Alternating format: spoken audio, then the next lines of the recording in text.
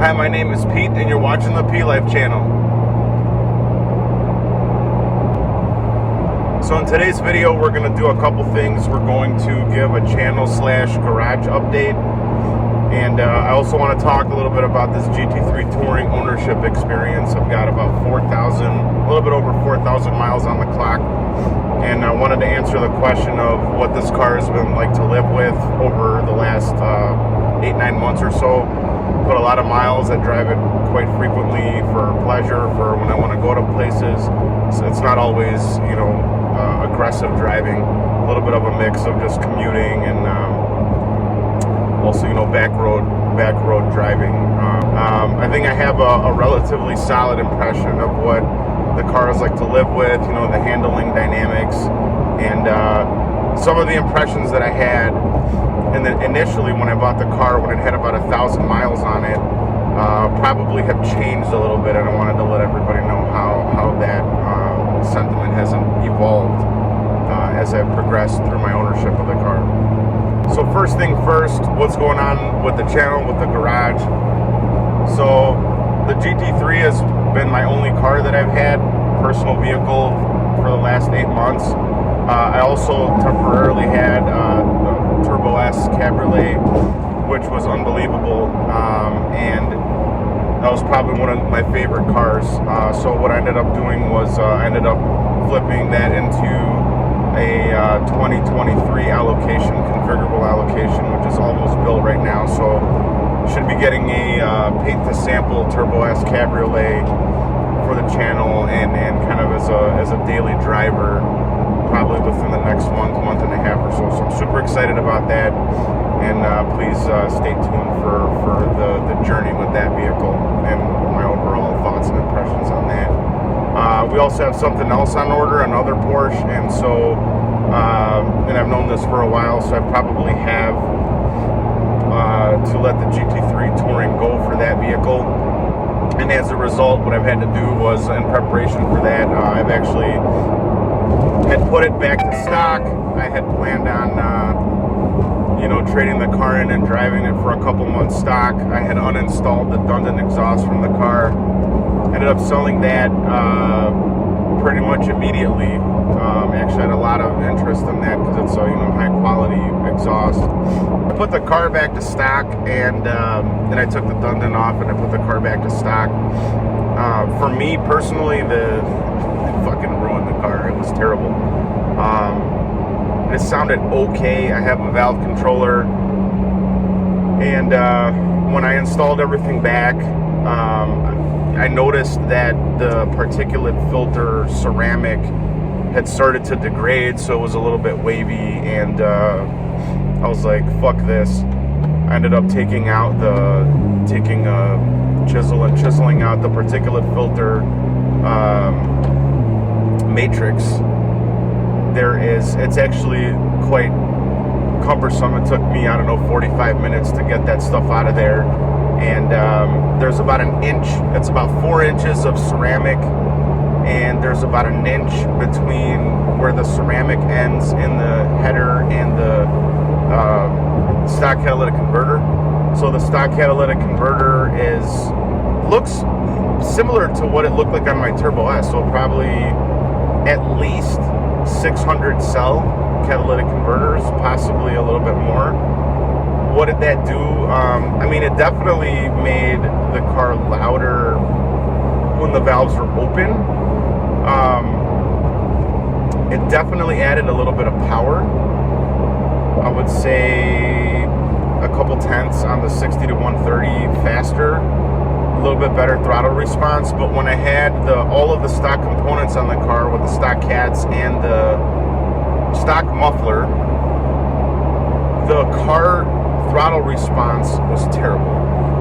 You cannot get any sound out of that muffler even with the valves completely open. You actually cannot get any sound out of that muffler until about almost 4,000 RPM. It's so restrictive. You can instantly tell the car's not breathing right. Even with the OPFs out, it's just a super restrictive sound. It's a very deep sound. It's like more like a darker tone. It's a very tinny sound, and I personally didn't like it. It was too quiet. Even when it got loud, it didn't sound like it was on fire. It sounded like it had a sock in it. And so, you know, really just taking the rear section and changing it out has been transformational. So I was talking with Benjamin Close, who's an exhaust fabricator in the UK. They have an exhaust company called BC Fabrications. That was an exhaust that I had run on my 718 Spider, and on that particular car, you know, I had the long style headers that you know, give a lot of power, and it also messed around with the rear pipe, and you know, that was a phenomenal exhaust system. So I was talking to Ben, and Ben is like, mate, your GT3 sounds like shit. Let me fix that for you. And I know that the car is going, but you know, I've only got maybe a few months with the car. Well, if there's delays, it might be a little bit longer, but at the end of the day, I said, what the hell, let's try to, you know, enhance that ownership experience. And so decided to end up getting an Inconel rear section for this car, just for a couple reasons. One is I like, you know, the exhaust that Ben makes. Two is, if I do have the car for 3 months, I'm still going to drive it a lot, and you know, the investment cost isn't as big as, you know, a full system for the car, which is it can be quite expensive. And you know, I'll just sell it when I get rid of the car, and also can give you guys an additional review on this product. I'm not going to make any direct comparisons to the Dundon. There's no reason for that. That's an entirely different product when you're looking at systems that have, you know, are engineered for power with long tube headers. You know, but for this particular system, I will talk about what it's like to live with. I currently have it on the car right now. I have driven it quite a bit, probably about, you know, several hundred miles with that exhaust system on, and so I will talk about the sound and also the, you know, perceived performance gains,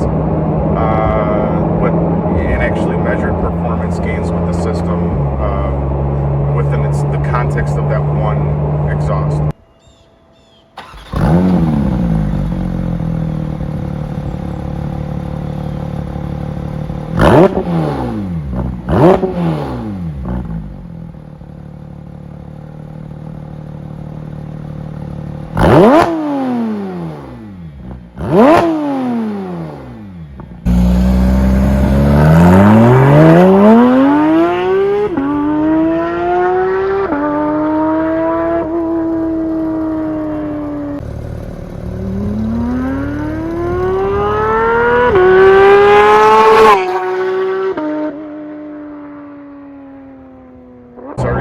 This system from Ben. Ben knows how to design exhaust systems. He fabricates everything in-house, even the, you know, kind of precious metal stuff. Like he can do titanium, even though all of his stuff is Inconel or high-grade stainless steel. And just a beautiful design. He's got a smaller diameter pipe that's coming off of the cone that dumps by the exhaust tips, which eliminates drone. I mean, I'm driving around right now with the system on in sport mode, and there's effectively zero drone. But when I say zero drone, I like mean 0.0 drone. It's pretty remarkable, actually. And then even when you open the exhaust valves completely and they're 100% disconnected, there's still almost no drone. I don't know what the hell, how they did that. And my conclusion is that design where he's got that second diameter pipe, and then he also has an actual X pipe, not a W kiss. It's an actual X pipe that goes in at 90 degrees. And that's actually really good at canceling out resonance. So the way that the collisions are set up in the exhaust is actually fantastic. The next thing is that design, when I had it on my Spider, I ran that briefly on my Spider. Once you get up into the higher RPM, that thing is like VTEC. It just, or port injection or something. It flows extremely well at very high RPM, and you get this kind of top end kick. you know, in the high end, which you can actually feel. So definitely that improved. The top end throttle response improved dramatically. The PDK works better. It's not as lurchy, similar to when I had the other exhaust on my car, and the car sounds like it's on fire again. So I'm extraordinarily happy.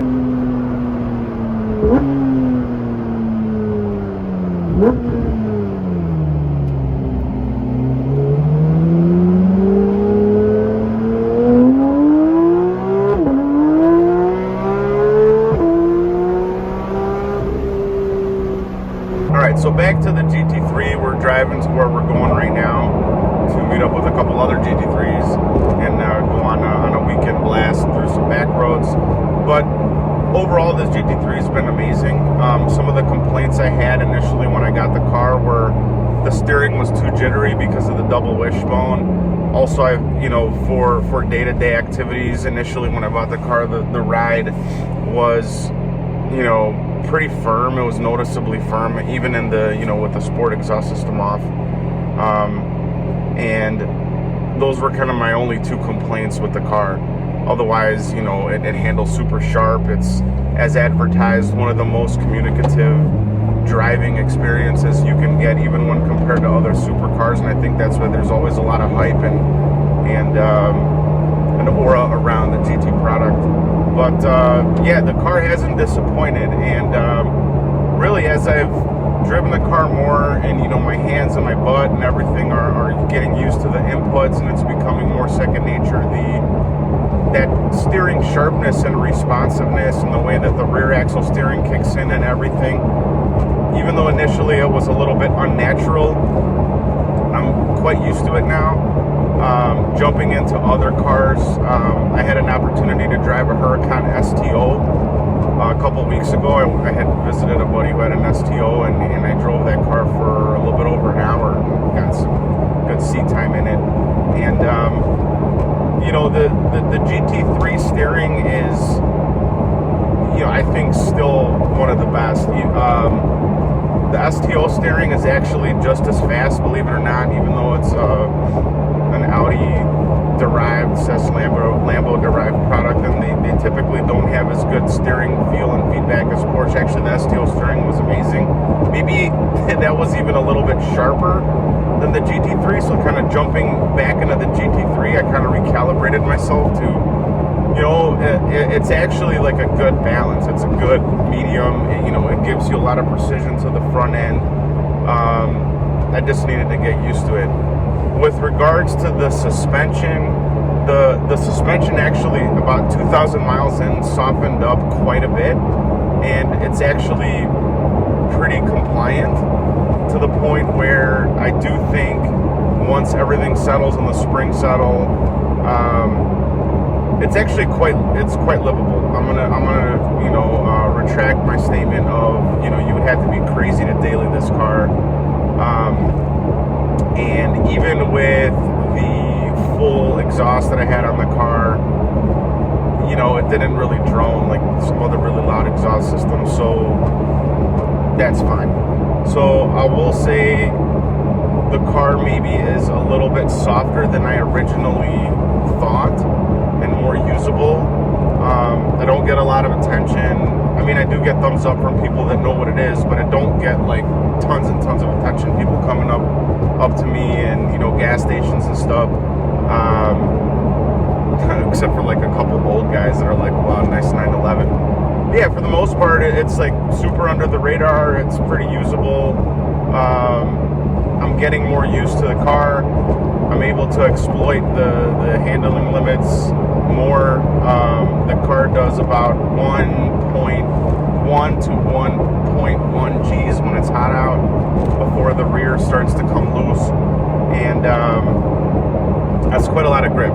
It's actually a very grippy car. You know, it's very 911-y and still, but less so than a 991.2. And actually, another thing I was able to do was out Mickey from Miami Miles, which I'll put the link to his channel below.